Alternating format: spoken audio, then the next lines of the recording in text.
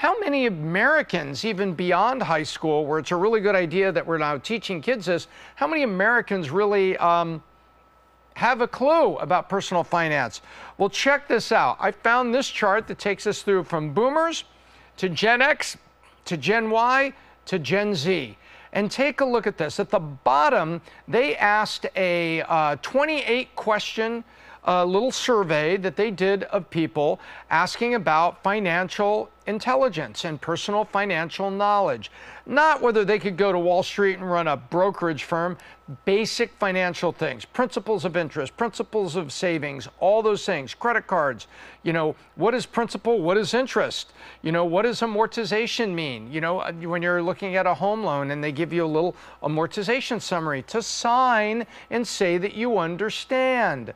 What is all that? So check this out. Baby boomers, only 18% had 7 or less correct. But if you go to the top, 18% got 20 to 22 correct, and 40% got 15 to 21%, which means 58% of them got between 15 to 28 correct. So they got at least 50% all the way up to perfect. And they only had, 30, 40, 42% were down under 14 or less, with only 18% got 0 to 7 correct. So that means boomers are doing pretty good. You swing all the way over to Gen Z, right? The young people of America right now, 37% had 0 to 7 correct. It means flunking. That's like double the amount of boomers. So half the boomers failed versus the Gen Z. And the ones that only got 8 to 14 correct of the Gen Z, 31% of them. So 31 and 37 is 68% of the Gen Z got 14 or less correct on a 28-question survey of basic principles of personal finance. That's shocking.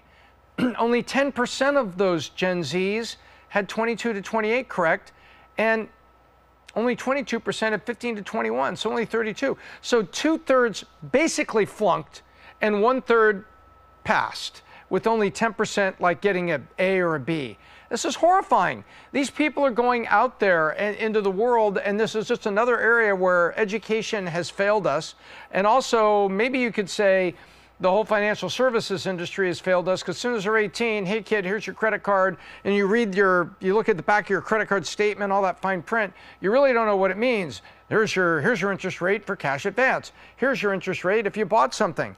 And they don't seem to understand when they use the credit card at an ATM and they got 300 out. That's a cash advance. It's got a different interest rate and different penalties on it than when you bought, a pair of Apple iPods, AirPods, they don't get it. And yet the information is out there. It's just not being educated.